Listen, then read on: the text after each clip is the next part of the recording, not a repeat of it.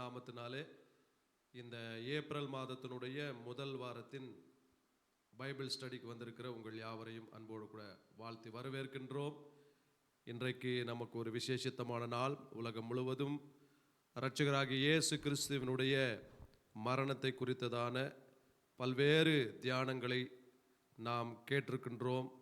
ஆண்டவருடைய சிலுவை மரணங்களையும் பாடுகளையும் குறித்து நாம் தியானிக்கிறதான இந்த நேரத்தில் கர்த்தர் நமக்கு இந்த மாலைவேளையில் நல்ல ஒரு வாய்ப்பை கொடுத்திருக்கின்றார். அவருடைய வார்த்தையை நாம் கவனித்து அவர் நம் பேரில் வைத்திருந்த அன்பு எவ்வளவு பெரியது என்று சொல்லி வார்த்தையின் மூலமாய் இன்றைக்கு நாம் அறிந்து கொள்ளும்படிக்கு தேவன் நமக்கு பாராட்டின பெரிதான கிருபைக்காய் அவருக்கு மகிமை செலுத்துகின்றோம். கர்த்தர் நல்லவராய் இருக்கின்றார். இந்த பைபிள் ஸ்டடிக்கு வந்திருக்கின்ற உங்கள் யாவரையும் கர்த்தர் ஆசீர்வதிப்பாராக. ஆன்லைனிலும் பார்த்து கொண்டிருக்கிற உங்கள் யாவரையும் இந்த விசேஷித்த நாளிலே இயேசு கிறிஸ்து தம்முடைய கிருபையை உங்களுக்கு காண்பித்து உங்கள் வாழ்க்கையிலே சூழ்நிலைகளை மாற்றி உங்களை ஆசீர்வதிக்க அவர் வல்லமை உள்ளவராக இருக்கிறார். நாம் இருக்கிற இடங்களிலே நாம் ஜெபித்து நாம் நம்முடைய வேத பாடத்தை நாம் ஆரம்பிப்போம். எங்களை நேசிக்கின்ற எங்கள் அன்பின் பரலோக பிதாவே, இந்த ஆசீர்வதிக்கப்பட்ட நல்ல மாலை வேளைக்காயும் நாங்கள் நன்றியோடு கூட துதிக்கின்றோம், ஸ்தோத்திரிக்கின்றோம். கர்த்தாவே, நீர் எவ்வளவு நல்லவர். உலக தோற்றத்திற்கு முன்பதாகவே நீர் எங்கள் பேரில் சிநேகம் கொண்டவராய், அன்பு நிறைந்தவராய், ஆண்டவரே, நீர் எங்களுக்காக எல்லாவற்றையும் செய்து முடிக்கும்படிக்கு உம்முடைய குமாரனாகிய இயேசு கிறிஸ்துவை தேவ ஆட்டுக்குட்டியாய் இந்த உலகத்திற்கு அனுப்பி அவருடைய இரத்தத்தினாலே எங்களுடைய பாவங்களை கழுவி, அவர் அடிக்கப்பட்டதினாலே எங்களுடைய வியாதி ரோகங்களை மாற்றி, அவர் உயிரோடு கூட எழுந்ததினாலே எங்களை நீதிமான்களாக்கி நித்திய ஜீவனை எங்களுக்கு வாக்கு பண்ணி எங்களோடு கூட நிரந்தரமாக இருக்கும்படிக்கு பரிசுத்த ஆவியை எங்களுக்கு வாக்குத்தத்தம் பண்ணப்பட்ட ஆவியாக எங்களுக்கு அனுப்பி தந்து எங்களை பலப்படுத்துகின்ற உன்னதத்தில் வருகின்ற ஆவியை கொண்டு எங்களை பலப்படுத்த நம்முடைய அன்பிற்காக ஸ்தோத்திரப்பா. இன்றைக்கு உலகம் முழுவதும் இயேசு கிறிஸ்துனுடைய சிலுவை பாடுகள் மரணத்தை தியானித்து கொண்டிருக்கிறதான வேளையில் ஆண்டவரே, நீர் செய்த நம்முடைய மகத்தான கிரியைக்காய் உமக்கு நாங்கள் நன்றி செலுத்துகின்றோம். அதன் மூலமாய் நீர் இவ்வளவாய் எங்களில் அன்பு கூறுகிறீர் என்பதை நீர் வெளிப்படுத்த நம்முடைய தயவுக்காக ஸ்தோத்திரம். இந்த மாலை வேளையிலையும் உம்முடைய வார்த்தையை ஆண்டவரே, நீர் எப்படி பாடுபட்டீர், எப்படி அடிக்கப்பட்டீர், ஆண்டவரே, உம்முடைய சித்தம் எப்படி கிறிஸ்துவுக்குள் நிறைவேறியது என்பதை குறித்து நாங்கள் உம்முடைய வேத வசனங்களை கொண்டு நாங்கள் தியானிக்கும் பொழுது கர்த்தர் எங்கள் இருதயத்தில் உம்முடைய வார்த்தையின் அக்கினியை கொடுத்து எங்களை கொழுந்து விட்டு எரிய செய்யும்படிக்கு நாங்கள் ஜெபிக்கின்றோம். இன்றைக்கு வந்திருக்கின்ற யாவருடைய மனதை திறந்து அவர்களுக்குள்ள நம்முடைய வார்த்தையின் வெளிப்பாடுகளை தந்து அவர்களை ஆசீர்வதிக்கும்படிக்கு ஜெபிக்கின்றோம். கர்த்தருடைய கிருபை எங்களோடு கூட இருந்து இந்த பைபிள் ஸ்டடி ஆசீர்வதிக்க வேண்டுமாய் நாங்கள் வேண்டுகின்றோம். எல்லா துதி கன மகிமை ஒருவருக்கே செலுத்துகின்றோம். இரட்சகராகிய இயேசு கிறிஸ்துவின் நாமத்தில் ஜெபிக்கிறோம் நல்ல பிதாவே, ஆமேன் ஆமேன். ஆண்டவராகிய இயேசுவின் நாமத்தினாலே உங்கள் யாவருக்கும் இன்னொரு விஷயம் அன்பின் வாழ்த்துக்களையும் அன்பு ஆண்டவருடைய நன்மைகளையும் உங்கள் பேரில் சொல்லி உங்களுக்காய் ஜெபிக்கின்றோம். கடந்த 4 வாரங்களாக நம்முடைய பைபிள் ஸ்டடி ஆரம்பிக்கப்பட்டு கடந்த மாதம் 4 வாரங்கள் சிருஷ்டிப்புகளுக்கு முன் என்பதை குறித்தும் உலகத்திற்கு வெளிப்படுத்தப்பட்ட தேவகுமாரன் என்பதை குறித்தும் நாம் தேவனுடைய வார்த்தையிலிருந்து தியானித்து தேவன் எவ்வளவாய் நம் பேரில் அன்பு கூர்ந்தபடியினால் அவர் உலக தோற்றத்திற்கு முன்பதாகவே என்னென்ன காரியங்களை செய்திருந்தார் என்பதை குறித்து நாம் தேவனுடைய வார்த்தையிலிருந்து நாம் கவனித்து நாம் ஆசீர்வதிக்கப்பட்டு விசுவாசத்தில் நாம் பலனடைந்தவர்களாக இருக்கின்றோம். இந்த நாளிலும் கூட பெரிய வெள்ளி அல்லது புனித வெள்ளி என்று சொல்லுகின்ற இந்த நாளிலே இன்றைக்கு ஒரு விசேஷித்த தலைப்பின் மூலமாக தேவனுடைய வார்த்தை உங்களோடு கூட பகிர்ந்து கொள்ள விரும்புகின்றேன். இன்றைக்கு இந்த பைபிள் ஸ்டடியினுடைய தலைப்பு என்னவென்று சொன்னால், கெத்செமனையில் ஒலிவ மரம் என்பதை குறித்து உங்களோடு கூட தேவனுடைய வார்த்தையை பகிர்ந்து கொள்ள போகின்றேன். வேதத்திலே சொல்லப்பட்ட ஒவ்வொரு இடத்தின் பெயரும் அல்லது ஒவ்வொரு மரம் செடி கொடிகளினுடைய பெயர்களும் அல்லது ஒவ்வொரு மிருகங்களினுடைய பெயர்களும் அல்லது ஒவ்வொரு மலைகளினுடைய பெயர்களும் வேதத்தில் குறிப்பிடப்பட்டிருந்தால் அதனுடைய பின்னணியை நாம் எடுத்து பார்க்கும் பொழுது அதில் வேதத்தில் எழுதப்பட்ட பரிசுத்தவான்கள் அந்த இடத்திற்கு சென்றவர்களாகவும் அந்த இடத்தில் தேவன் அவர்களை சந்தித்து அவருடைய வாழ்க்கையிலே மறுரூபம் கொடுத்ததை குறித்து நாம் வாசிக்க முடியும். குறிப்பாக மோசே தேவனுடைய பர்வதமாகிய ஓரேப் என்கின்ற மலையிலே அவன் ஆடுகளை மேய்த்து கொண்டிருந்த பொழுது தேவன் அவருக்கு முச்செடியில் எழுந்தருளினவனாய் தோன்றினார். ஆகவே அந்த மலையை குறித்து ஓரேப் என்று எழுதப்பட்டிருக்கிறது. அப்படின்னா தேவனுடைய தரிசனம் அவருக்கு உண்டான ஒரு இடம்.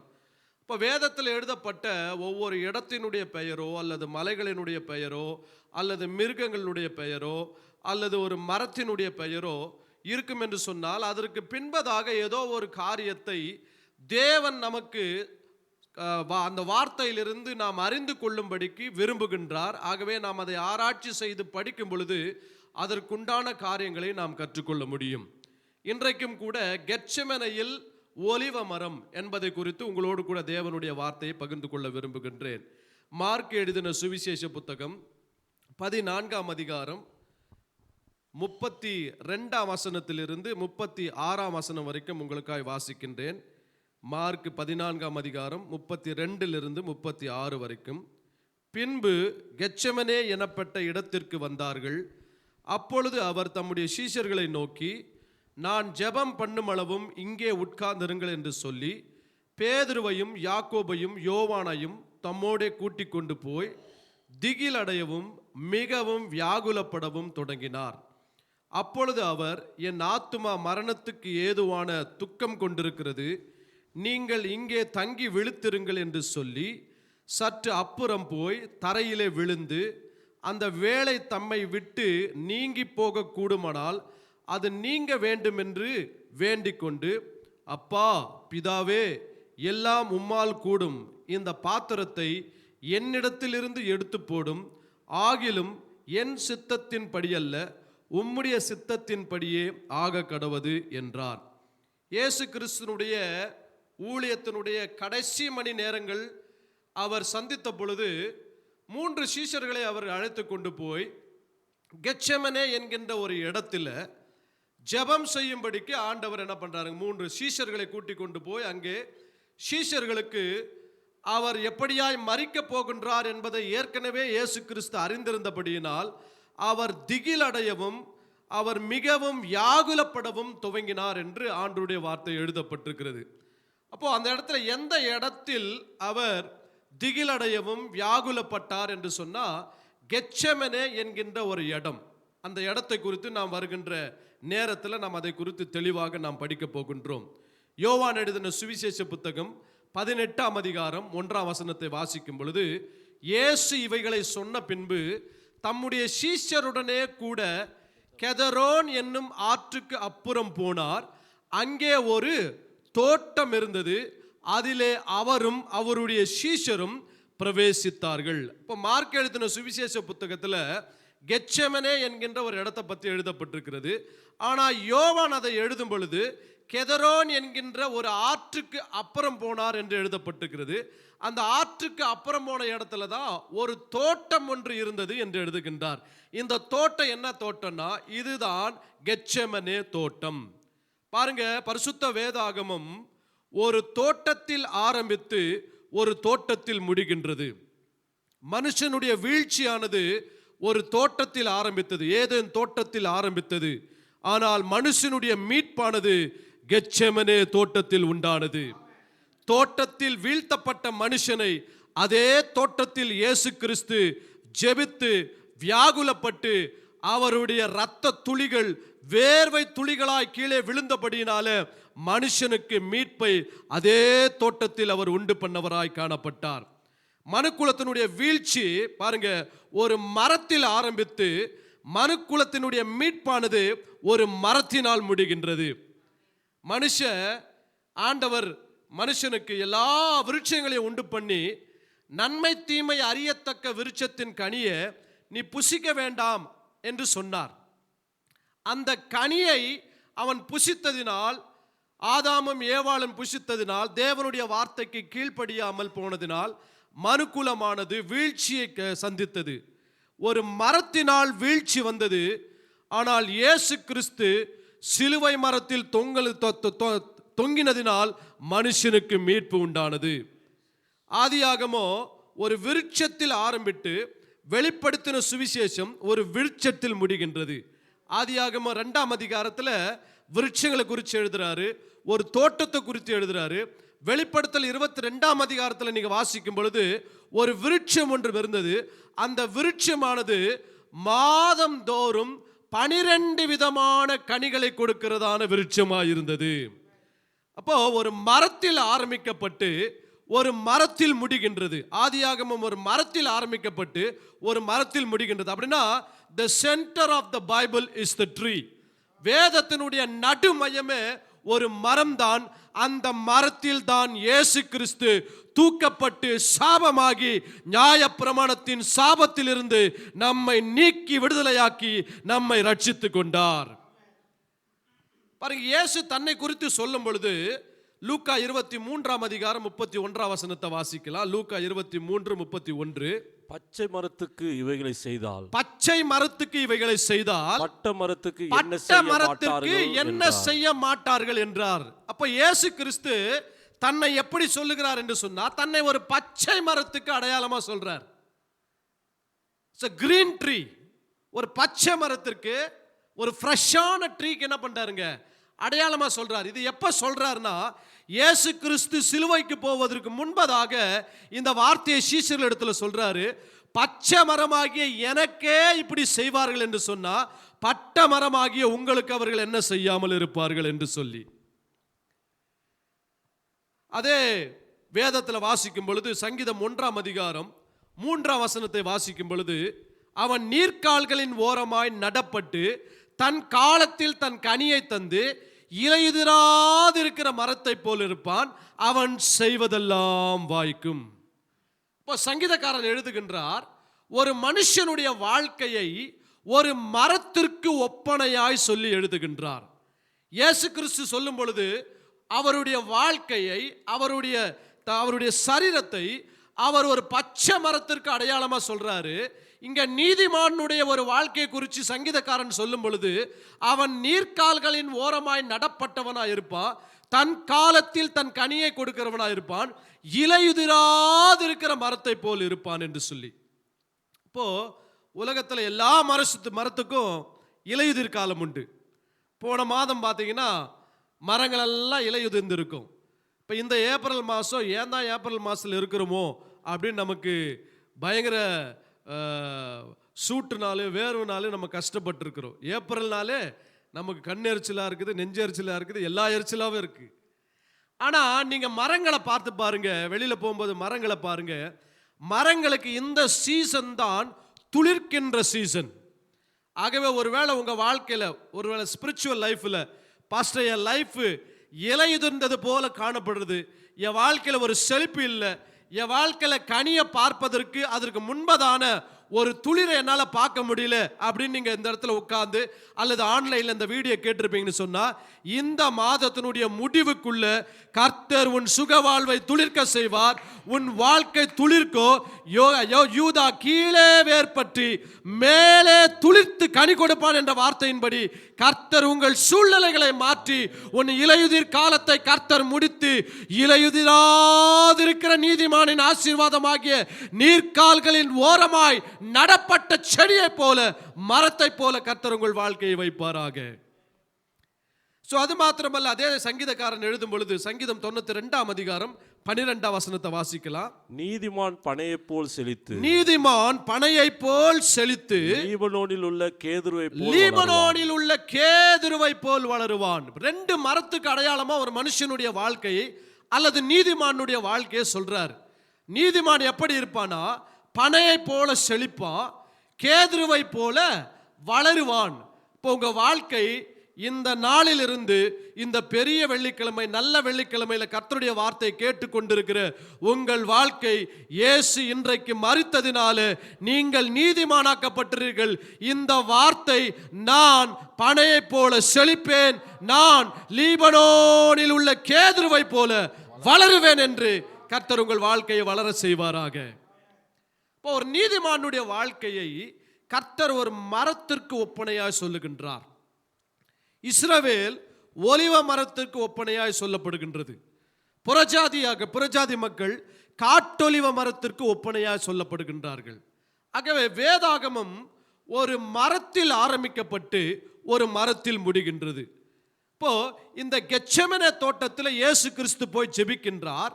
இந்த கெத்செமனே தோட்டத்தில் என்ன மரங்கள் இருந்தது என்று சொன்னால் அங்கே அதிகப்படியான ஒலிவ மரங்கள் தான் இருந்தது. ஆகவேதான் இன்றைக்கு பைபிள் ஸ்டடியினுடைய பெயர் இதற்கு இப்படியாய் கொடுத்திருக்கின்றோம், கெத்செமனேயில் ஒலிவ மரம்.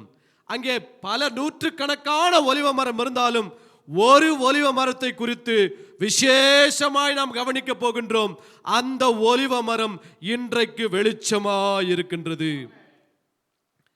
இப்ப இயேசு கிறிஸ்து தன்னுடைய ஊழியத்தினுடைய கடைசி நாட்கள்ல இந்த கெத்செமனேயில சென்று ஜெபித்து பிதாவினுடைய சித்தத்தை அங்கே நிறைவேற்றும்படிக்கு ஆண்டவரிடத்தில் வேண்டிக் கொள்வதை நாம் வாசிக்க முடியும். கெத்செமனே அப்படின்னா அதுக்கு என்ன பொருள் என்று சொன்னால் ஆயில் பிரஸ் அப்படின்னு அர்த்தம். எண்ணெயை எடுக்கும்படிக்கு கசக்கி பிழிகின்ற இடம் என்று அர்த்தம். கெத்செமனே என்று சொன்னா கசக்கி பிழிகின்ற இடம். இந்த பிக்சரை பாருங்க, இதுதான் கசக்கி பிழிகின்ற ஒரு இடம். இயேசு கிறிஸ்து போய் நிற்கின்ற இடம் எப்படிப்பட்ட இடம்னா கெத்செமனே என்கின்ற ஒரு இடம். அந்த இடத்தில் அந்த இடத்தினுடைய பெயர் என்னவென்று சொன்னால் கசக்கி பிழிகின்ற இடம் அல்லது நொறுக்குகின்ற இடம் என்று அர்த்தம். இயேசு கிறிஸ்து தன்னுடைய வாழ்க்கையை பிதாவின் சித்தத்திற்கு ஒப்பு கொடுத்தார். அதை தான் ஏசாயா 53 வாசிக்கும் பொழுது அவர் நொறுக்கப்பட்டார் என்று ஆண்டவருடைய வார்த்தை சொல்லப்பட்டிருக்கிறது.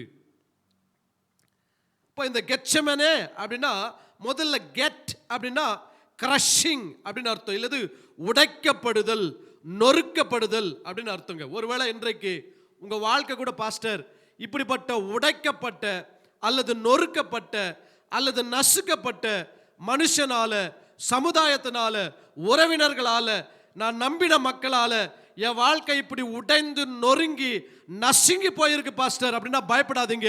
உங்களுக்குள்ளிருந்துதான் கர்த்தர் ஒரு எண்ணெயை நிரம்பி வழிய செய்ய போகின்றார். உங்கள் வாழ்க்கையை பெரிய சாட்சியாய் கர்த்தர் வைத்து மற்றவர்களை ஆசீர்வதிக்க போகின்றார். அப்ப கெட் அப்படின்னா கிரஷிங் அப்படின்னு அர்த்தம். நமக்காக அவர் நொறுக்கப்பட்டார், நமக்காக அவர் அடிக்கப்பட்டார் என்று சொல்லி ஏசாயா தீர்க்கதரிசி 53 அதிகாரத்திலே சொல்லுகின்றார்.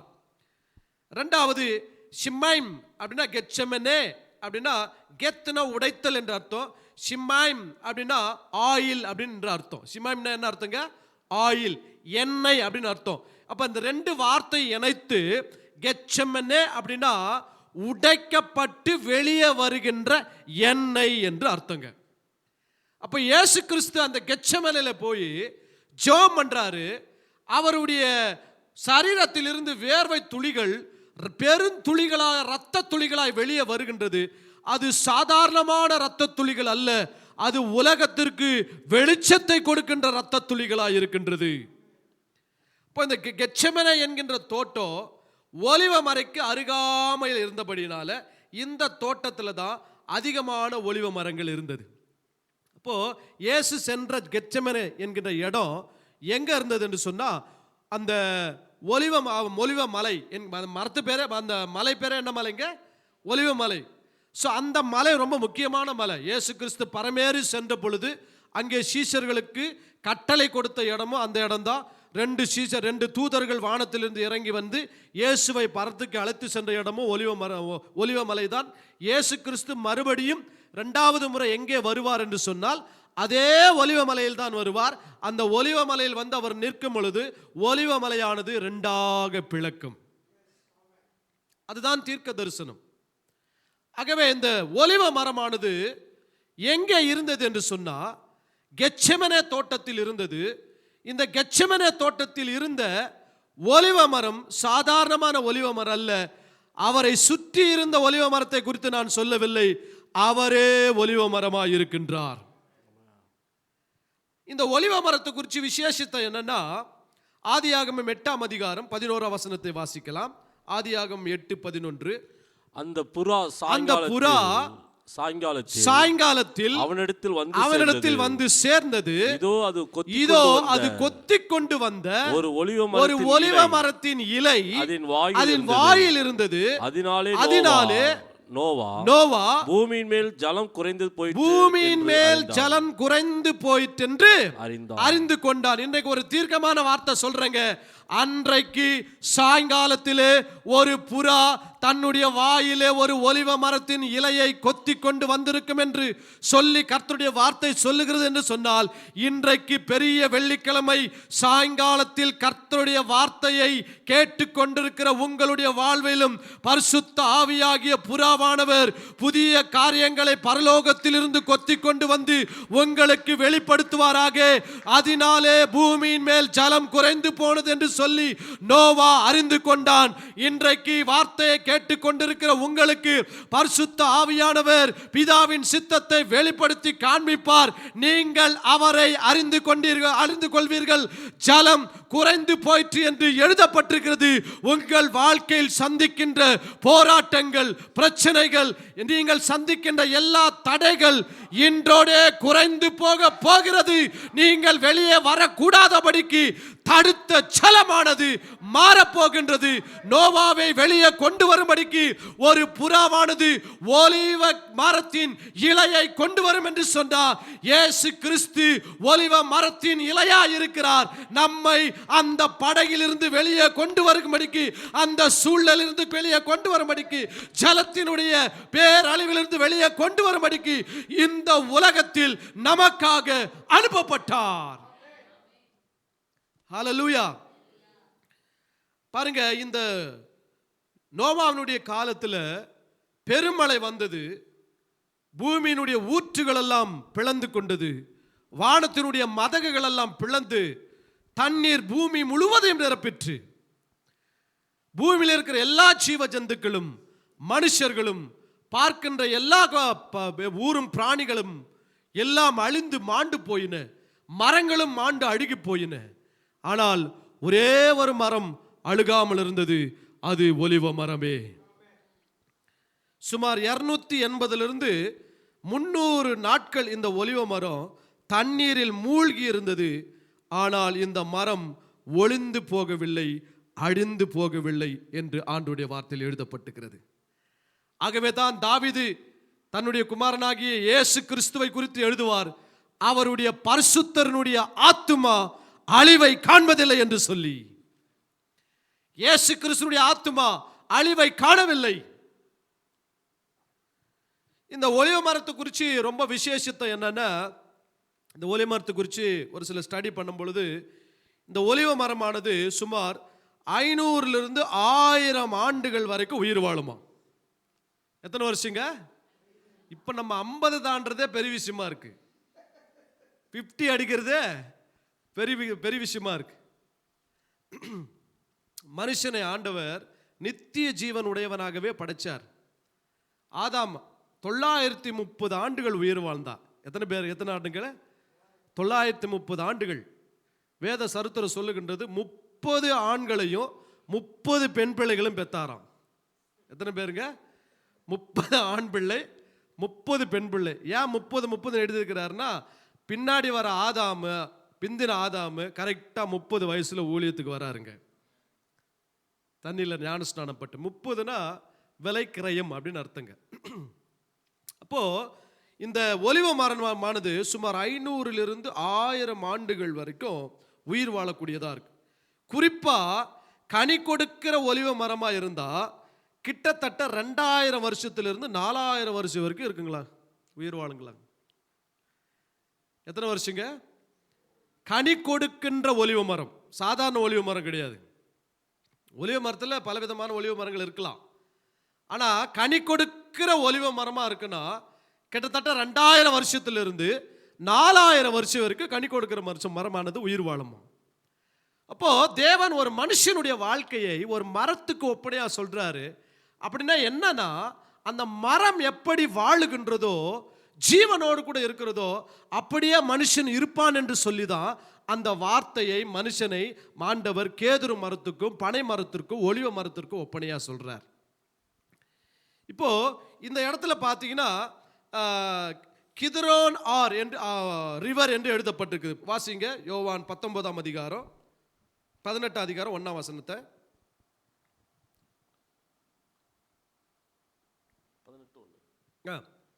யோவான் 18:1 ஏற்கனவே முன்னாடி இருக்கு ஸ்கிரிப்சர். வாசிங்க. இயேசுவைகளை சொன்ன பின்பு இயேசு இவைகளை சொன்ன பின்பு தம்முடைய சீசருடனே கெதரோன் என்கிற ஆற்றுக்கு அப்புறம் என்ன பண்ணாருங்க பாருங்க. அப்ப பைபிள்ல நான் ஏற்கனவே சொன்ன ஒரு ஆறு குறிச்சு இல்ல ஒரு இடத்தை குறிச்சு ஒரு மரத்தை குறிச்சு எடுத்திருந்தா ஏதோ ஒரு அர்த்தம் அதுல இருக்குன்னு அர்த்தம்.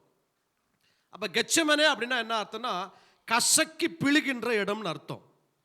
இப்போ இயேசு எங்க போறாருன்னா இந்த கிட்ரோன் அல்லது கெதரோன் என்கின்ற ஆற்றுக்கு அப்புறம் போனார் அப்படின்னு எழுதப்பட்டிருக்கு. த வேலி ஆஃப் கிட்ரோன் அப்படின்னு அர்த்தங்க. இந்த கிட்ரோன் ரிவர் அல்லது இந்த கிட்ரோன் என்கின்ற கெதரோன் என்கின்ற இடத்தினுடைய பெயருக்கு என்ன அர்த்தம்னா வேலி ஆஃப் டெத்னு அர்த்தம். மரண பள்ளத்தாக்கு என்ன அர்த்தங்க. அப்ப லூக்கால சொல்லும் பொழுது அந்த கெத்செமனே அப்படின்னா என்ன அர்த்தம்னா கசக்கி பிழிகின்ற இடம். இயேசு கிறிஸ்து எங்க போறாருன்னா கடந்து போறாரு. எப்படி கடந்து போறாருன்னா அப்புறம் எப்படி போறாருங்க இந்த மரண பள்ளத்தாக்கு வழியாய் கடந்து போகின்றார். இந்த ஒலிவ மரமானது இந்த மரண பள்ளத்தாக்கு வழியாய் நசுக்கப்பட்டு உடைக்கப்பட்டு அடிக்கப்பட்டு இந்த வழியாய் செல்லும் பொழுது இது மரண பள்ளத்தாக்கு வழியாய் சென்றது அந்த ஒலிவ மரம் கிறிஸ்துவே. அப்போ மரண இருள் என்று பொருள். அதான் சங்கீதக்காரர் 23ஆம் சங்கீதத்தில் நான் மரண இருளின் பள்ளத்தாக்கில் நடந்தாலும் பொல்லாப்புக்கு பயப்படேன், தேவரீர் என்னோடு கூட இருக்கிறீர், உமது கோலும் உமது தடியும் என்னை தேற்றும் என்று சொல்லி. நீங்க வேதத்தை வாசித்து பார்த்தீங்கன்னா இயேசு கிறிஸ்து மகா வியாகுலப்பட்டு ஜெபித்து கொண்டிருக்கிறார். அந்த கெத்செமனே தோட்டத்தில் தேவன் ஒரு தூதனை அனுப்பி இயேசு கிறிஸ்துவை தேற்றினார். அப்போ ஒலிவ மரத்தை குறித்து இந்த கெதரோன் என்கின்ற இடத்துல ஒரு ஒலிவ மர தோப்பு இருந்தது. இந்த ஒலிவ தோப்புக்குள்ள தான் இயேசு கிறிஸ்து சென்று ஜெபித்தார். அதை மார்க்கு சொல்லும் பொழுது கெத்செமனே என்கின்ற இடம் என்று சொல்லுகின்றார். யோவான் சொல்லும் பொழுது அது எங்க அப்புறமாய் போகிறார் என்று சொன்னா கெதரோன் என்கின்ற ஆற்றுக்கு அப்புறமாய் போகின்றார். இந்த ரெண்டு இடத்திற்கு என்ன அர்த்தம்னா மரணத்தினுடைய வழியாய் கசக்கி பிழிந்து எடுக்கின்ற அந்த அனுபவத்திற்குள்ளாக இயேசு கிறிஸ்து சென்றார் என்பதை நமக்கு இந்த வேத வசனங்கள் வெளிப்படுத்துகின்றது. ஏசாயா 53ஆம் அதிகாரம் 5ஆம் வசனத்தை 10ஆம் வசனத்தையும் 12ஆம் வசனத்தை நான் வாசிக்கலாம். பாருங்க. நம்முடைய மீறுதலின் நிமித்தம் அவர் காயப்பட்டு நம்முடைய அக்கிரமங்களின் நிமித்தம் அவர் நொறுக்கப்பட்டார். ஏற்கனவே சொன்னங்க கெதரோன்னா என்ன அர்த்தங்க நொறுக்கப்படுகின்ற இடம். நமக்கு சமாதானத்தை உண்டு பண்ணும் ஆக்கினை அவர் மேல் வந்தது, அவருடைய தழும்புகளால் குணமாகிறோம். அடுத்த வசனம் 10ஆம் வசனம் வாசிங்க. கர்த்தரோ பாருங்க அவரை நொறுக்க சித்தமாகி 5ஆம் வசனத்துல பார்க்கிறோம் நொறுக்கப்பட்டார்னு. மறுபடியும் அதை 10ஆம் வசனத்துல பார்க்கும் பொழுது அவரை நொறுக்க சித்தமாகி பிதா தம்முடைய குமாரனை என்ன பண்ணாராம் அப்படியே கசக்கி பிழிந்து அதன் மூலமாய் மனுக்குலத்திற்கு ரட்சிப்பை கொடுத்தாருங்களா. அவரை பாடுகளுக்கு உட்படுத்தினார். ஒருவேளை பாஸ்டர் நான் என் வாழ்க்கை இப்படிதான் இருக்கு பாஸ்டர், ஒரு நொறுக்கப்படுகின்ற பாடுகளுக்கு உட்படுத்தப்படுகின்ற எக்ஸ்பீரியன்ஸுக்குள்ள நான் லைஃப்ல போயிட்டு இருக்கிறேன் அப்படின்னு சொன்னா பயப்படாதீங்க. உங்களுக்கு ஒரு சண்டே வரப்போகிறது. அந்த Sunday the Sunday of the resurrection. இன்றைக்கு ஃப்ரைடே முடிகின்றது, சண்டே வரப்போகின்றது. இன்றையோடு கூட உங்களுடைய தோல்விகள் முடிந்தது, நொறுக்கப்படுகின்ற அனுபவங்கள் முடிந்தது, மரண பள்ளத்தாக்குகள் முடிந்தது. மரணத்தின் அனுபவத்திலேயே கர்த்தர் உங்களை விடுவது அல்ல. மரணத்தின் பள்ளத்தாக்கிலிருந்து கர்த்தர் உங்களை கரங்களை பிடித்து தூக்கி உங்களை உயிரோடு கூட இருக்கிறவர்களாய் வைக்க உண்மை உள்ளவராய் இருக்கின்றார். அப்போ அவருடைய ஆத்துமா தன்னை குற்ற நிவாரண பலியாக ஒப்பு கொடுக்கும் பொழுது அவர் தமது சந்ததியை கண்டு நீடித்த நாளாய் இருப்பார். கர்த்தருக்கு சித்தமானது அவர் கையினாலே வாய்க்கும். சிலுவையில உங்களை என்னை ஏற்கனவே இயேசு கிறிஸ்து பார்த்து விட்டதனால, இந்த சந்ததியை பார்த்து விட்டதனால அந்த நொறுக்கப்படுகின்ற அனுபவத்திற்கு இயேசு தன்னைத்தானே முழுவதுமாக ஒப்பு கொடுத்து கீழ்ப்படிந்தவராய் காணப்பட்டார். 12ஆம் வசனத்தை வாசிங்க. அவர் தம்முடைய ஆத்துமாவை பாருங்க, அவர் தமது ஆத்துமாவை மரணத்தில் ஊற்றி அக்கிரமக்காரரில் ஒருவராக எண்ணப்பட்டார். போதுங்க, வீட்டில் போய் நீங்க மீதி வசனங்கள் எல்லாம் வாசிங்க. பாருங்க, மரணத்தில் ஊற்றினார் என்று எழுதப்படுகின்றது. இப்ப இந்த ஒலிவ மரத்தை கசக்கி பிழிந்தா என்ன வருங்க? என்ன வரும்? அதை என்ன பண்ணுவாங்க? எடுத்து அதை விளக்கு எரிவதற்காக ஊற்றி பயன்படுத்துவார்கள். அப்போ பிதாவாகிய தேவன் தம்முடைய குமாரனை, இந்த ஒலிவ மரமாகிய தம்முடைய குமாரனை கசக்கி பிழிந்து அவருடைய வாழ்விலிருந்து, மரணத்திலிருந்து வந்த மீட்பை நம்முடைய இருதயங்களிலே ஊற்றி, நம்முடைய இருதயங்களை கொழுந்து விட்டு எரிய செய்து நமக்கு மீட்பையும் ரட்சிப்பையும் கொடுத்தார். இந்த கெத்செமனே மற்றும் கெதரோன் வேலி, இவர்கள் இரண்டும் இயேசு கிறிஸ்து நொறுக்கப்பட்டதையும் மரண இருளில் தன் ஆத்துமாவை ஊற்றியதையும் குறித்து தீர்க்கமாக ஏற்கனவே தேவன் சொல்லியிருக்கின்றார். சரிங்க, இந்த கெத்செமனேயில் ஒலிவ மரம், கெத்செமனேனா என்னன்னு பார்த்துட்டோம். இன்னைக்கு ஒலிவ மரத்தை குறித்து ஒரு சில காரியங்களை பார்த்தோம். ஒலிவ மரம் கிட்டத்தட்ட 500 ஆண்டுகளுக்கு மேலாக வாழக்கூடியது. அது மாத்திரம் கிடையாது, கனி கொடுக்கிற ஒலிவ மரமாக இருந்தால் 2000 வருஷத்துலேருந்து 4000 வருஷம் வரைக்கும் என்ன பண்ணுங்க, அது ஒலிவ மரம் உயிர் வாழும். இன்றைக்கும் இஸ்ரவேல் தேசத்தில் ஆயிரக்கணக்கான வருஷங்கள் உயிர் வாழ்கின்ற மரங்கள் எல்லாம் இருக்கின்றது. இப்போ இந்த ஒலிவ மரத்தை குறித்து என்ன நம்ம வாசிக்க முடியும்னா, ஒலிவ மரத்தினுடைய ஸ்பெஷலே என்னன்னா, ஆண்டவர் மோசேவை கொண்டு ஒரு கட்டளையை கொடுக்கின்றார். யாத்திராகமம் 27ஆம் அதிகாரம் 20லிருந்து 21 வசனங்களை வாசிக்க கேட்கலாம். குத்துவிளக்கு எப்பொழுதும் எரிந்து கொண்டிருக்கும்படி, குத்துவிளக்கு எப்பொழுதும் எரிந்து கொண்டிருக்கும்படி இடித்து பிழிந்த தெளிவான ஒலிவ எண்ணெயை உன்னிடத்தில் கொண்டு வரும்படி இஸ்ரவேல் புத்திரருக்கு கட்டளையிடுவார். பாருங்க, தெளிவா ஆண்டவருடைய வார்த்தை சொல்லுதுங்க. ஆண்டவர் ஆசரிப்பு கூடாரத்தை உண்டு பண்ணி, அந்த ஆசரிப்பு கூடாரத்திலே 7 பொன் குத்து விளக்குகள் இருக்க வேண்டும். ஒரு குத்து விளக்கு இருக்கணும், அதில் 7 பொன் குத்து விளக்குகள் இருக்கும். இந்த குத்து விளக்கானது தேவாலயத்தில் அல்லது ஆசரிப்பு கூடாரத்தில் எப்பொழுதும் என்ன பண்ண வேண்டுங்க? எரிந்து கொண்டிருக்க வேண்டும். இந்த எரிந்து கொண்டிருப்பதற்காக பயன்படுத்தப்படுவது தான் என்னங்க? ஒலிவ எண்ணெய். இந்த ஒலிவ எண்ணெய் எப்படி எடுக்கணும் என்று ஆண்டவருடைய வார்த்தை சொல்லப்பட்டிருக்கிறது. அதை எப்படி எடுக்கணும்னா, அதை இடித்து பிழிந்து எடுக்க வேண்டும் என்று சொல்லப்பட்டிருக்குங்க. அப்ப கெத்செமனேனா என்ன அர்த்தங்க? இடித்து பிழிகின்ற இடம். அப்ப அங்கே பழைய ஏற்பாட்டில் ஒரு ஒலிவ மரத்திலிருந்து இடித்து பிழிந்து எடுக்கணும். புதிய ஏற்பாட்டில் ஒரு ஒலிவ மரம் கிறிஸ்துவை தேவன் என்ன பண்றாருங்க?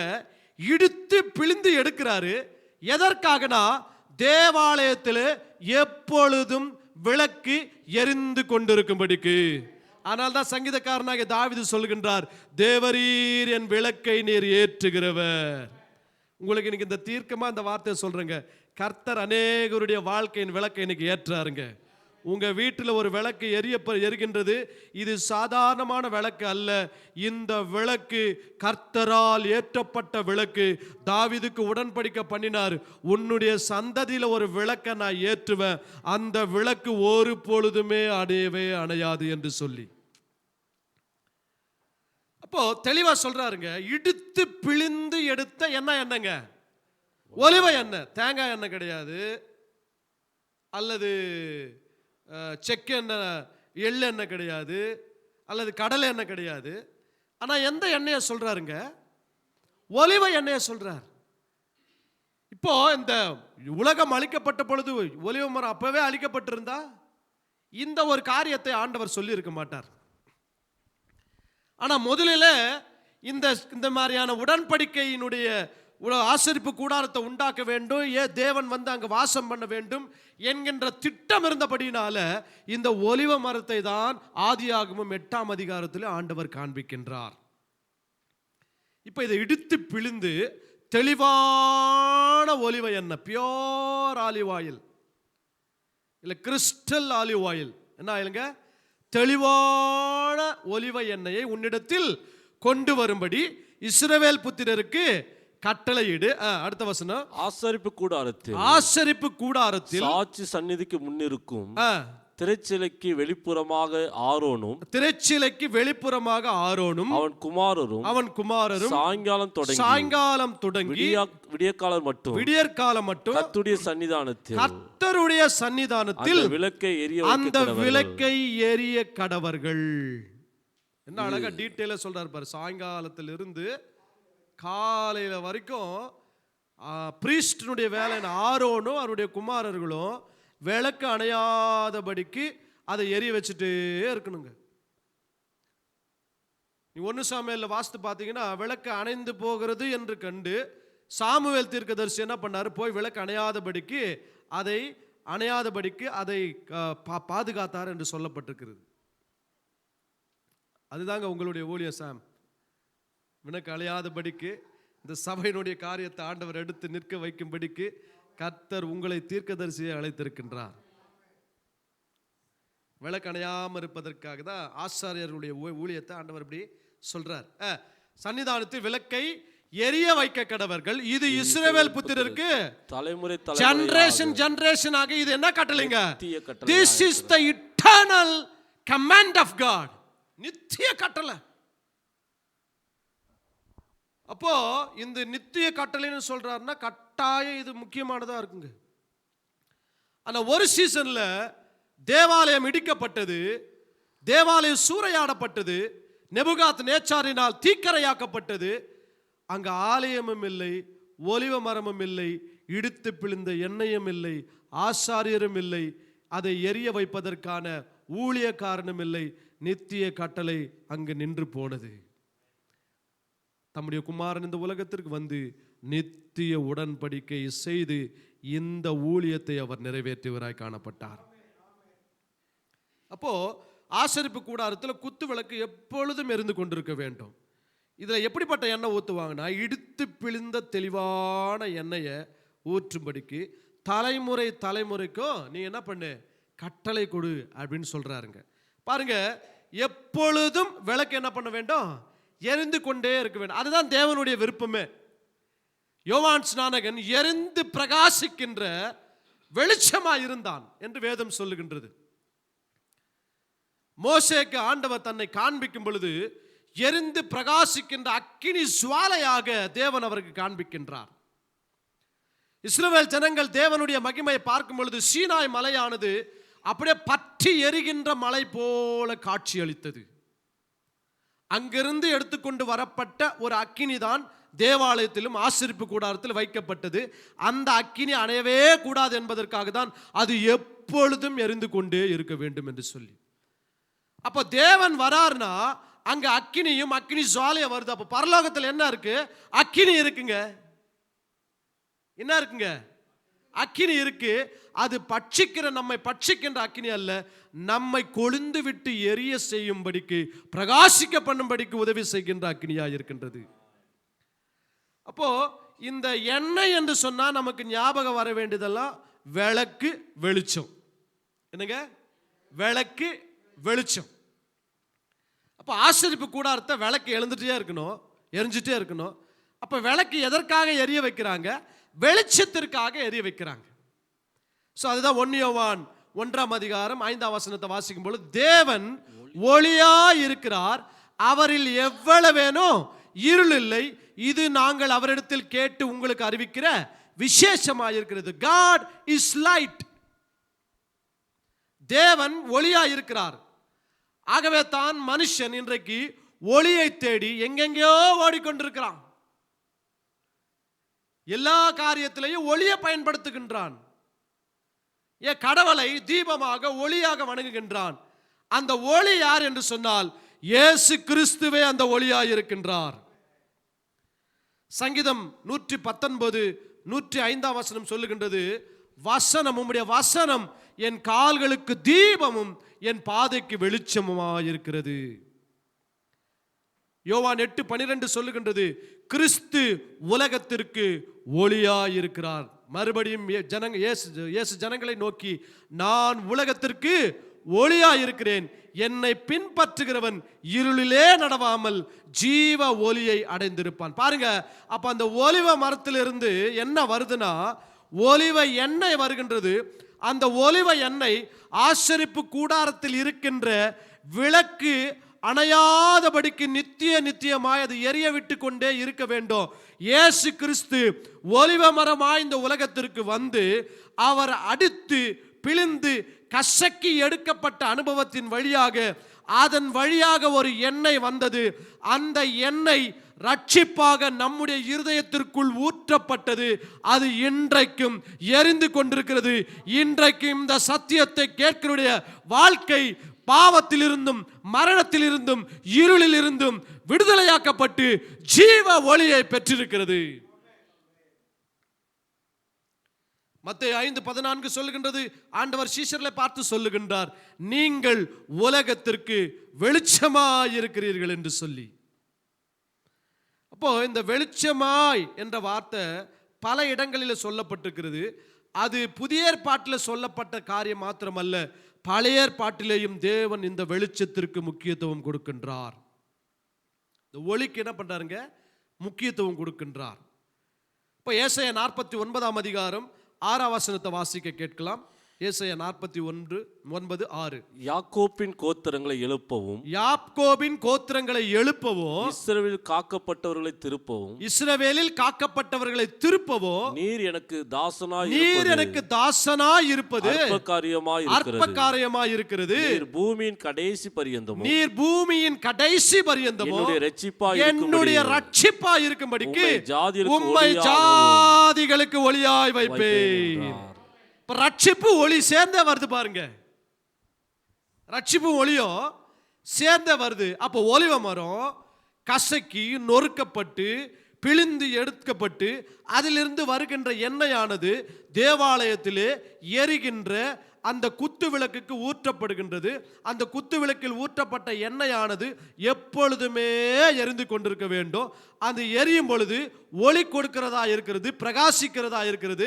இங்கே இஸ்ரவேலை ஆண்டவர் எப்படி வைத்தார் என்று சொன்னால், ஜாதிகளுக்கு இஸ்ரவேலை ஒளியாய் வைத்தார். ஆனால் கிறிஸ்துவை புதிய ஏற்பாட்டில் ஒளியாய் வைத்து கிறிஸ்து அவரை பின்பற்றுகிற சீஷர்களை பார்த்து சொல்லுகின்றார், நீங்கள் உலகத்திற்கு வெளிச்சமாய் இருக்கிறீர்கள். ஒருவேளை உங்க வாழ்க்கையில் இப்படிப்பட்ட பாடுகள் நொறுக்கப்படுகின்ற அனுபவத்தில் போயிருந்தா பயப்படாதீங்க. நீங்க ஒரு ஒலிவ மரம். உங்களுக்குள் இருந்து வருகின்ற அந்த எண்ணெயானது இன்னொருடைய வாழ்க்கையை உயிர்ப்பிக்கிறதா இருக்கின்றது. அவருடைய காயங்களை ஆற்றுகிறதா இருக்கிறது. அவருடைய சூழ்நிலைகளை மாற்றி அமைக்கிறதா இருக்கின்றது. மத்தேயு 5:14 ஆண்டவர் சொல்றாரு. அப்போ பழைய ஏற்பாட்டில் 12 கோத்திரங்களை குறித்து சொல்றாரு. அதுக்கு முன்னாடி வசனம் போடுங்க, 49 வசனம் பாருங்க. இஸ்ரவேலின் கோத்திரங்களை எழுப்பவும். எத்தனை கோத்திரம் இஸ்ரவேலுக்கு? 12 கோத்திரம். இப்போ புதிய ஏற்பாட்டுக்கு வாங்க. இயேசு கிறிஸ்து மத்தேயு 5:14 சொல்றாரு, நீங்கள் உலகத்திற்கு வெளிச்சமாய் இருக்கிறீர்கள். மலையில் இருக்கிற பட்டணம் மறைந்திருக்க மாட்டாது. கர்த்தர் நம்முடைய சபை அப்படிதான் வைக்க போறாருங்க. வெளிச்சமா மலையில் இருக்கிற பட்டணம் போல. அப்போ இஸ்ரவேலின் கோத்திரம் 12, கர்த்தர் சீஷர்களை தேர்ந்தெடுத்தது 12. இஸ்ரவேல் கோத்திரத்தை ரட்சிப்பாகவோ உடன்படிக்கையாகவோ வெளிச்சமாக வைத்தார். புதிய ஏற்பாட்டில் சீஷர்களை பார்த்து சொல்லுகின்றார், நீங்கள் உலகத்திற்கு வெளிச்சமாக இருக்கிறீர்கள். இருளை நீக்கி வெளிச்சத்தை பிரகாசிப்பதுதான் தேவனுடைய விருப்பமாக இருக்கிறது. பழைய ஏற்பாட்டில் ஆலயத்தில் குத்து விளக்கு எப்பொழுதும் என்ன பண்ண வேண்டுங்க? எரிந்து கொண்டே இருக்கும். ஆனால் புதிய ஏற்பாட்டில் 1 கொரிந்தியர் 3:16 பவுல் சொல்லுகின்றார், பரிசுத்த ஆவி நமக்குள்ளே இருக்கிறபடினால நீங்கள் தேவனுடைய ஆலயமாய் இருக்கிறீர்கள் என்றும் தேவனுடைய ஆவி உங்களில் வாசமாய் இருக்கிறது என்றும் அறியாதிருக்கிறீர்களா?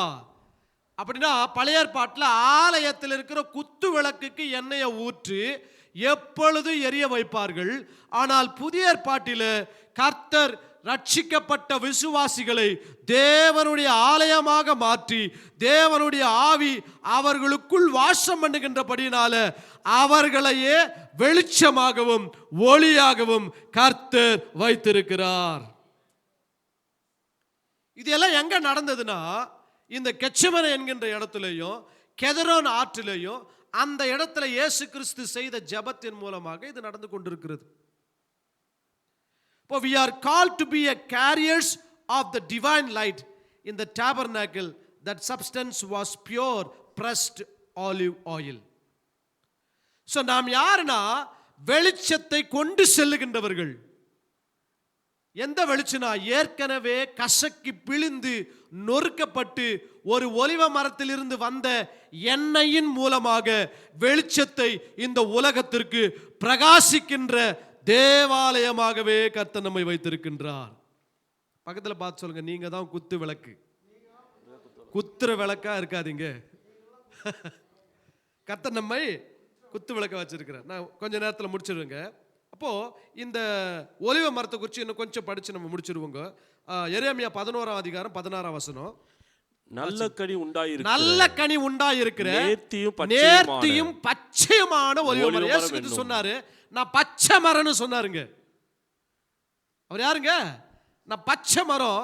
இஸ்ரவேல் ஆண்டவர் எப்படி வச்சாருன்னா, நல்ல கனி உண்டாயிருக்கிற நேர்த்தியான பச்சை மரம் ஒலிவ மரமா வச்சாருங்க. நான் ஏற்கனவே சொன்னேன், கனி கொடுக்கிற ஒலிவ மரம்னா கிட்டத்தட்ட 2000 வருஷத்துலேருந்து 5000 வருஷம் வரைக்கும் உயிர் வாழும். இப்போ நீங்க உயிர் வாழ, நீங்க எவ்வளவு நாள் உயிர் வாழ்வீர்கள் என்பது உங்களுடைய மருந்துல கிடையாது, நீங்க பார்க்குற ட்ரீட்மெண்ட்ல கிடையாது, உங்களுடைய ஃபேமிலி டாக்டர் கிட்ட கிடையாது, இல்ல இந்த ஊர்ல இருக்கிற பெரிய ஹாஸ்பிட்டல்ல கிடையாது. இயேசு கிறிஸ்துவனுடைய உடைக்கப்பட்ட அனுபவமாகிய அவரிடத்திலிருந்து வருகின்ற ரட்சிப்பின் சந்தோஷத்தில் தான் உங்களுடைய ஆயுசு நாளினுடைய பெருக்கமே இருக்கின்றது. அப்போ நல்ல கனி உண்டா இருக்கிற நேர்த்தியும் பச்சையுமான ஒலிவ மரம் என்னும் பெயரை கர்த்தர் உனக்கு இட்டார். ஆனால் மகா அமளின் சத்தமாய் அதை சுற்றிலும் நெருப்பு கொளுத்துகிறார், அதன் கொம்புகள் முறிக்கப்பட்டது. அப்படின்னா இஸ்ரவேல் ஜனத்தை ஆண்டவர் நல்ல கனி உண்டாயிருக்கிற பச்சை ஒலிவ மரமா வச்சாரு. ஆனா அது வழிவிலகி சென்றதுனால அதை சுற்றிலும் நெருப்பு கொளுத்தி அதனுடைய கொப்புகள்னா காய் கொடுக்கின்ற கனி கொடுக்கின்ற அந்த கொப்புகளை என்ன பண்ணாருங்க? முறிச்சிட்டார். ஆனா புதிய ஏற்பாட்டில் சீஷர்களை கொண்டு வந்து அங்க வைத்து விட்டார். அதான் ரோமர் 11ஆம் அதிகாரம் 2 வசனங்களை மாத்திரம் வாசிக்க கேட்கலாம். ரோமர் 11ஆம் அதிகாரம் 17ஆம் வசனம். சில கிளைகள் முறித்து போடப்பட்டிருக்க காட்டொலிவ மரமாகிய நீ அவைகளில் இருந்த இடத்தில் ஒட்ட வைக்கப்பட்டு ஒலிவ மரத்தின் வேருக்கும் சாரத்திற்கு உடன் பங்காளியாக இருக்கிறார். இன்னொரு வசனம், கடைசி வசனம், சுவாபத்தின்படி காட்டொலிவ மரத்தில் இருந்து நீ வெட்டப்பட்டு சுவாபத்திற்கு விரோதமாய் நல்ல ஒலிவ மரத்திலே ஒட்ட வைக்கப்பட்டிருந்தால் சுவாப கிளையாகி அவர்கள் தங்கள் சுய ஒலிவ மரத்திலே ஒட்ட வைக்கப்படுவது. அது இந்த ஒலிவ மரம் கிறிஸ்துங்க. நாம் காட்டொலிவ மரமாக இருந்தோம், நம்மை உடைத்து அவருக்குள்ள ஒட்ட வச்சிட்டாரு. ஏன்னா அந்த சுவாப மரங்களாகிய கிளைகளாகிய இஸ்ரவேல் அங்கே உடைக்கப்பட்டபடியினால புறஜாதியரை அந்த காட்டொலிவ மரமாகிய நம்மை அவருடைய சாரத்திற்குள் அவர் ஒட்ட வைத்து கொண்டார். அவரையும் ஆண்டவர் ஒட்ட வைப்பாருங்க. அப்போ இந்த ஒலிவ மரம் புறக்கணிக்கப்படுகிறதுனால நொறுக்கப்படல, அதனுடைய மதிப்பு விலை உயர்ந்ததா இருக்கிறபடினால அது நொறுக்கப்படுகின்றது. ஒருவேளை நீங்க சொல்லலாம், பாஸ்டர் யாருக்கு மாத்திரம் ஏன் பாஸ்டர் இந்த வலியோ வருத்தமோ இந்த வாழ்க்கையினுடைய அனுபவமோ, ஒருவேளை நான் ஒன்றும் இல்லாத இருக்கிறதுனால எனக்கு எப்படி இருக்குதோ, இல்லை நான் மதிப்பு இல்லாமல் இருக்கிறதுனால எனக்கு எப்படி இருக்குதோ? இல்லைங்க, காட்டொலிவ மரத்துக்கு அந்த வேலை கிடையாது. உங்களை ஏற்கனவே அவர் நல்ல ஒலிவ மரத்தில் ஒட்ட வைத்து நீங்கள் அவருடைய வேருக்கும் சாரத்துக்கும் பங்குள்ளவர்களாக இருக்கிறபடினால பழைய ஏற்பாட்டில் ஒலிவ மரம் வேண்டான்றதுக்காக நொறுக்கப்படாது, இது வேண்டாம் வெட்டி போடலான்றதுக்காக நொறுக்கப்படாது. தேவாலயத்திலே விளக்கு எரிவதற்காக அது அடிக்கப்பட்டு நொறுக்கப்பட்டு கசக்கி பிழியப்பட்டு அதனுடைய சாரத்தையும் அந்த எண்ணெயும் கொண்டு வரும்படிக்கு அந்த ஒலிவ மரமானது பயன்படுத்தப்பட்டது.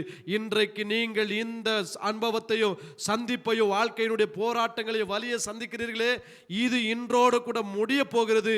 உங்கள் வாழ்க்கையினுடைய மதிப்பை வருகிற நாட்களிலே கர்த்தர் கூட்ட போகின்றார். இப்போ இந்த ஒலிவ மரத்தினுடைய பழங்கள் விலை மதிப்புடையது.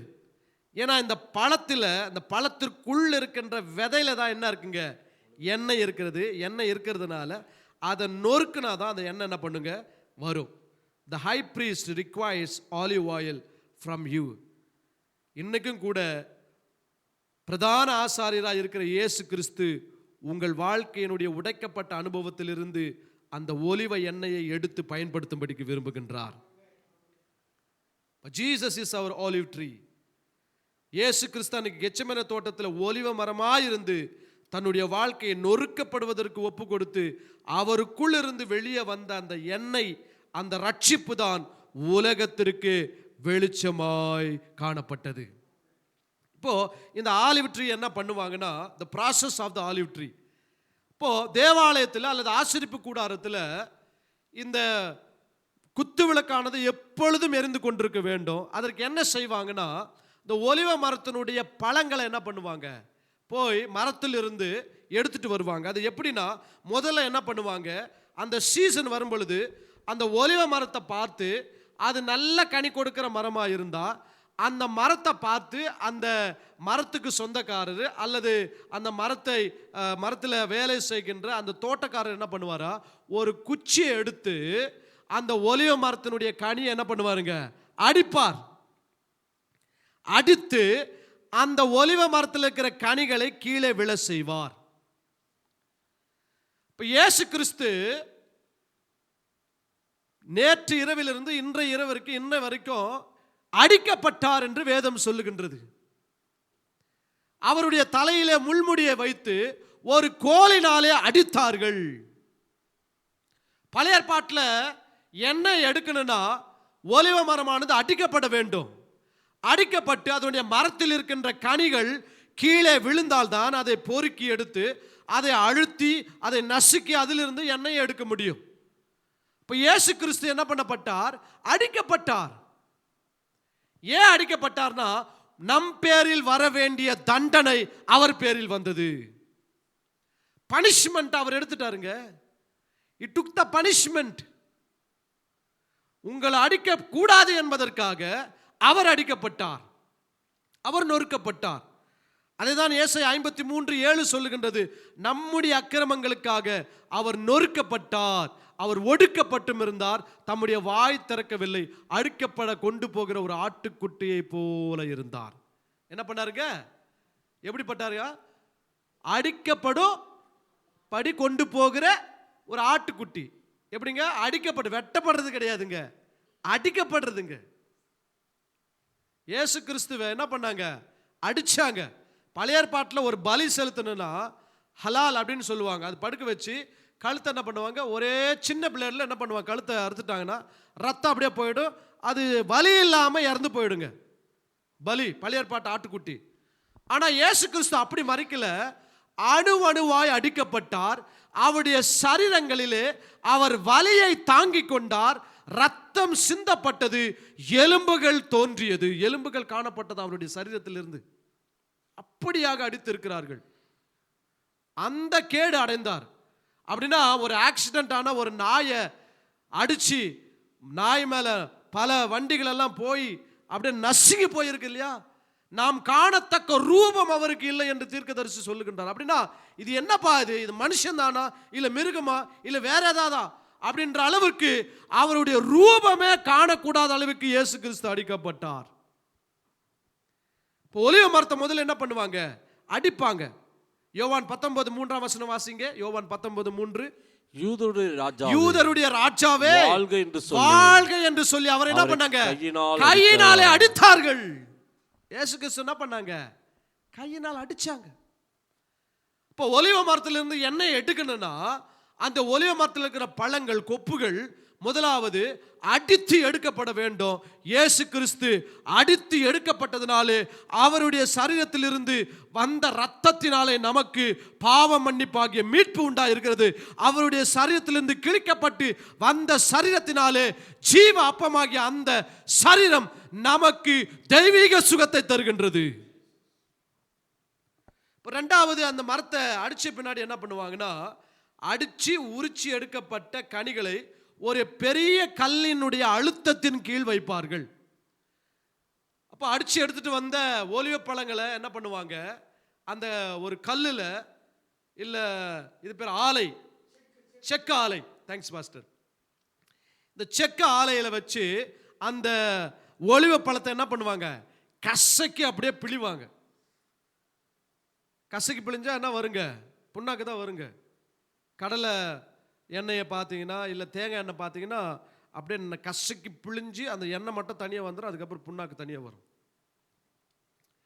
இப்போ முதல்ல அடிப்பாங்க, ரெண்டாவது ஒரு கல்லை மேலே வைத்து அதை நன்றாக நசுக்கி பிழிவார்கள். இதுவும் பைபிள்ல இருக்கு. அப்போ இயேசு கிறிஸ்து ஒரு ஒலிவ மரம், அவர் முதல்ல அடிக்கப்பட்டாரு, அவருக்குள் இருந்து எடுக்கப்பட்ட அந்த கனிகள் அது எங்கே கொண்டு வரப்பட்டது என்று சொன்னால், அது கொண்டு வந்து அதன் பேரில் ஒரு பெரிய கல் வைக்கப்பட்டு நசுக்கப்பட்டது. அதுதான் மார்க் 15ஆம் அதிகாரம் 45 47 வசனங்கள் சொல்லுகின்றது. 100க்கு அதிபதியினாலே அதை அறிந்து கொண்ட பின்பு சரீரத்தை யோசேப்பினிடத்தில் கேட்டான், யோசேப்பினிடத்தில் கொடுத்தான். அவன் போய் மெல்லிய துப்பட்டியை வாங்கி கொண்டு வந்து அவரை இறக்கி அந்த துப்பட்டியிலே சுற்றி கன்மலையிலே வெட்டப்பட்டிருந்த கல்லறையிலே அவரை வைத்து கல்லறையின் வாசலில், எல்லாம் சேர்ந்து வாசிங்க, ஒரு கல்லை புரட்டி வைத்தான். இப்போ ஒலிவ பாலத்தினுடைய மேலே கல்லை மேலே வைத்து ப்ரெஸ் பண்ணணும். ப்ரெஸ் பண்ண ஆயில் வரணும், ஆயில் வெளியே வரும். இயேசு கிறிஸ்து மறிச்சிட்டாரு. அரிமத்தேயனாகிய யோசேப்பு போய் இயேசு கிறிஸ்துனுடைய சரீரத்தை கேட்டு வாங்கி வந்து ஒரு கண்மலையில் வைத்து அந்த கண்மலையில் ஒரு பெரிய கல்லை புரட்டி வைத்தான். அவரை வைத்த இடத்தை மகதலேனா மரியாளும் யோசேப்பின் தாயாகிய மரியாளும் பார்த்தார்கள். 47ஆம் வசனம் 46. ஓகே. அப்போ 100க்கு அதிபதி இயேசுனுடைய சரீரத்தை யோசேப்பின் இடத்துல கொடுத்தான். அவன் ஒரு கல்லை புரட்டி இயேசுனுடைய சரீரத்தை உள்ளே வைத்து ஒரு கல்லை புரட்டி இயேசுனுடைய சரீரத்தை என்ன பண்ணிட்டாங்க, மூடி வச்சுட்டாங்க. இப்போ முதல்ல அடிக்கப்படுது ஒலிவ மரம், ரெண்டாவது அதனுடைய கனிகள் எல்லாம் எடுக்கப்பட்டு அது ஒரு கல்லு மேலே வைத்து நசுக்கப்படுகின்றது. மூன்றாவது அந்த கல்லின் அழுத்தத்தில் ஒலிவ பழத்தில் இருந்து அந்த விதையிலிருந்து எண்ணெயானது புறப்பட்டு வருகின்றது. இப்படிதான் எண்ணெய் வருதுங்க. இப்படிதான் என்ன வருதுங்க, எண்ணெய் வருது. ஒலிவ எண்ணெயில் சாப்பிட்டா ரொம்ப நாளாக உயிர் வாழ்வாங்கன்னு நம்பிக்கை. ஒலிவ எண்ணெய் பூசி குளிச்சா அழகாகிடுவாங்க அப்படின்னு நம்பிக்கை. முகத்துக்கு பூசினா பல பல பலன்னு பிரகாசமாகிடுவாங்கன்னு நம்பிக்கை. ஆனால் பைபிள் வாசித்தீங்கன்னா அதை விட பிரகாசமாகிடுவீங்க. அதுபோல இயேசு கிறிஸ்துவினுடைய சரீரம் நொறுக்கப்பட்டு மரித்து அடக்கம் பண்ணப்பட்டு அவருடைய கல்லறையின் பேரில் ஒரு பெரிய கல் வைக்கப்பட்டது. ஆனால் வைக்கப்பட்டது மாத்திரம் கிடையாது, 3ஆம் நாளில் அவர் எண்ணெயாக உயிரோடு கூட எழுந்து வந்து அவர்களுக்கு வெளிச்சமாய் பிரகாச காட்டினார். இப்போ from crushing of the master's flowed the purest olive oil came. That is the salvation of God. ரட்சகராகிய இயேசு கிறிஸ்துவினுடைய இந்த அழுத்தத்தினுடைய அனுபவத்தில் பெரிய கல்லை வைத்து அவருடைய மரணத்தினுடைய அனுபவத்தில் என்ன வந்தது என்று சொன்னால் ஒலிவ எண்ணெய் வந்தது. அந்த ஒலிவ எண்ணெய் தான் ரட்சிப்பு என்கின்ற ஒலிவ எண்ணெய். அந்த ஒலிவ எண்ணெய் எதற்காக பயன்படுத்துவாங்கன்னா, தேவாலயத்தில் இருக்கின்ற குத்து விளக்கு எரிவதற்காக பயன்படுத்துவாங்க. இப்போ இயேசு கிறிஸ்து உயிரோடு கூட எழுந்து 2 நபர்களை சந்திக்கிறாரு. லூக்கா 24ஆம் அதிகாரம் 2ஆம் வசனத்தை வாசிக்க கேட்போம். 6ஆம் வசனத்தை வாசிப்பார். கல்லறை அடைத்திருந்த கல் தள்ளப்பட்டிருக்கிறதை கண்டார்கள். கல்லு வெளியே வந்த உடனே உள்ள இருந்து என்ன வருங்க, ஒலிவ எண்ணெய் வரும். ஒலிவ எண்ணெய் யாருன்னா இயேசு கிறிஸ்து ரட்சகராய் வெளியே வருகின்றார். கல் என்ன பண்ணப்பட்டிருந்தது, தள்ளப்பட்டிருக்கிறதை கண்டார்கள். அடுத்த வசனம் 6ஆம் வசனம், அவர் இங்கே இல்லை, அவர் உயிரோடு கூட எழுந்தார். அதே லூக்கா 24:32 வசனம் வாசிங்க. 32 வாசிங்க. 24:32. அப்பொழுது அவர்கள் ஒருவரை ஒருவர் நோக்கி வழியிலே அவர் நம்முடனே பேசி வேத வாக்கியங்களை நமக்கு விளக்கம் காட்டின போது நம்முடைய இருதயம் கொழுந்து விட்டு எரியவில்லையா? ஹல்லேலூயா. புரிஞ்சிருக்குன்னு நினைக்கிறேன். இப்போ உயிரோடு கூட எழுந்தார். யார்னா ரட்சகராக ஒலிவ எண்ணெயா வெளியே வராருங்க. ஒலிவ எண்ணெயா வெளியே வந்து 2 சீஷர்களை, எம்மாவூருக்கு போகின்ற 2 சீஷர்களை சந்திக்கிறாரு. மோசே முதல் தீர்க்கதரிசிகள் வரை தம்மை குறித்து எழுதப்பட்டிருக்கிறதை விளக்கமா ஆண்டவர் என்ன பண்றாருங்க, அழகா இன்டர்பிரேஷன் பண்ணி காட்டுறாரு, எக்ஸ்பிளைன் பண்ணி காட்டுறாரு. இதை கேட்ட உடனே அவர்களுடைய இருதயங்கள் கொழுந்து விட்டு எரிந்தது. இவர்கள் தான் ஆலயத்தினுடைய குத்து விளக்கு, இவர்களே ஆலயம். இப்பொழுது இவர்களுக்குள் ஒலிவ எண்ணெயாகிய இயேசு கிறிஸ்துவை பற்றியதான விசுவாசம் ரட்சிப்பு வந்தபடியினாலே இவர்களுக்குள் அந்த ரட்சிப்பு கொழுந்து விட்டு எரிகின்றது. 45 வசனமும் வாசிங்க. அப்பொழுது வேத வாக்கியங்களை அறிந்து கொள்ளும்படிக்கு அவர்கள் மனதை அவர் என்ன பண்ணாருங்க, திறந்தார். சீஷர்களுடைய மனதை திறந்தாரு. அவர்களுடைய வாழ்க்கையும் கொழுந்து விட்டு எரிகின்றது. அங்க எரிய ஆரம்பிச்சது. அப்போஸ்தலர் 2ஆம் அதிகாரத்திலே நாவுகள் கொழுந்து விட்டு எரிகின்றது. அதை எசேக்கியேல் 36ஆம் அதிகாரம் 26ஆம் வசனம் சொல்லுகின்றது.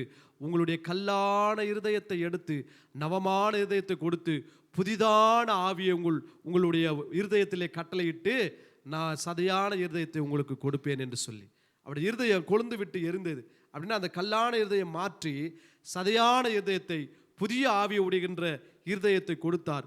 ஒலிவ எண்ணெயை ஊற்றுகின்ற பெற்றுக்கொள்ளுகின்ற இருதயமாக கொடுத்தார். எம்மாவூர் சீஷருடைய இருதயம் கொழுந்து விட்டு எரிந்தது. இப்போ பழைய ஏற்பாட்டில் என்ன நித்திய கட்டளைன்னா, ஆலயத்தில் குத்து விளக்கானது என்ன பண்ணுங்க, எரிந்து கொண்டே இருக்க வேண்டும், அதுதான் கட்டளை. ஆனால் புதிய ஏற்பாட்டில் மத்தேயு 28ஆம் அதிகாரத்தில் 18 20 வசனங்கள் சொல்லுகின்றது. ஆண்டவர் அவளுக்கு கட்டளை கொடுக்கின்றார். நீங்கள் புலப்பட்டு போய் சகல ஜாதியும் சீஷராக்கி பிதா குமாரன் பரிசுத்தாவின் நாமத்தினாலே அவர்களுக்கு ஞான ஸ்நானம் கொடுத்து நான் உங்களுக்கு கட்டளையிட்ட. பழைய ஏற்பாட்டில் நித்திய கட்டளை என்ன? ஆலயத்தில் குத்து விளக்கு எரிந்து கொண்டே இருக்க வேண்டும். புதிய ஏற்பாட்டில் இயேசு கிறிஸ்து ஒலிவ மரமாய் வந்து அவர் அடித்து பிழிந்து எடுக்கப்பட்ட அனுபவத்திலிருந்து வெளியே வந்த ஒலிவ எண்ணெயாகிய ரட்சிப்பை சீஷர்களுக்கு கொடுத்து அவர்களுக்கு சொல்றாரு, நீங்கள் உலகத்திற்கு வெளிச்சமாய் இருக்கிறீர்கள், ஆகவே இந்த கட்டளையை நிறைவேற்றுங்கள் என்று சொல்லி. இன்றைக்கு நீங்களும் நானும் இயேசு கிறிஸ்துனுடைய சீஷர்களாய் இருக்கின்றோம். இந்த நித்திய கட்டளையை நிறைவேற்றும்படிக்கு கெத்செமனேயில் ஒலிவ மரம், இயேசு கிறிஸ்து அந்த ஒலிவ மரம், அவருக்குள் இருந்து வெளியே வந்த அந்த ஒலிவ எண்ணெய் ரட்சிப்பின் தீபம் நம்முடைய இருதயங்களிலே பிரகாசித்து கர்த்தர் நம்மை வெளிச்சமாய் வைத்திருக்கின்றார்.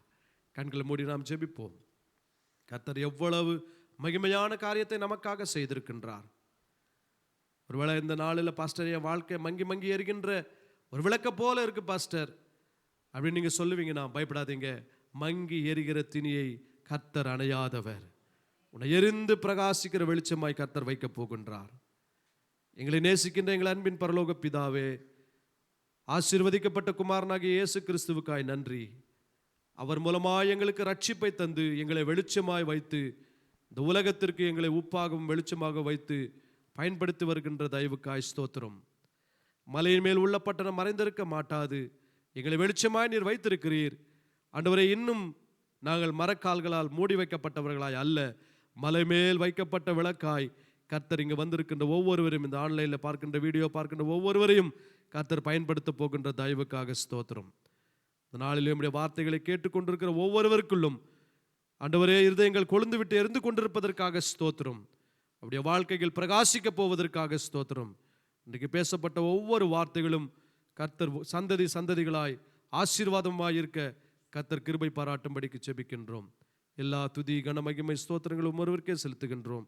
இயேசு கிறிஸ்துவின் விலையேறப்பெற்ற நாமத்தில் ஜெபிக்கிறோம் நல்ல பிதாவே. ஆமேன், ஆமேன். தேங்க்யூ. God bless you. வருகின்ற ஞாயிற்றுக்கிழமை நமக்கு உயிர்த்தெழுந்த ஆராதனை இதே இடத்துல நம்முடைய சபையில் நடக்கும். மாலை ஆராதனை உண்டு. நீங்கள் பங்கு பெறுங்கள். கர்த்தர் உங்களை ஆசீர்வதிப்பாராக. God bless you.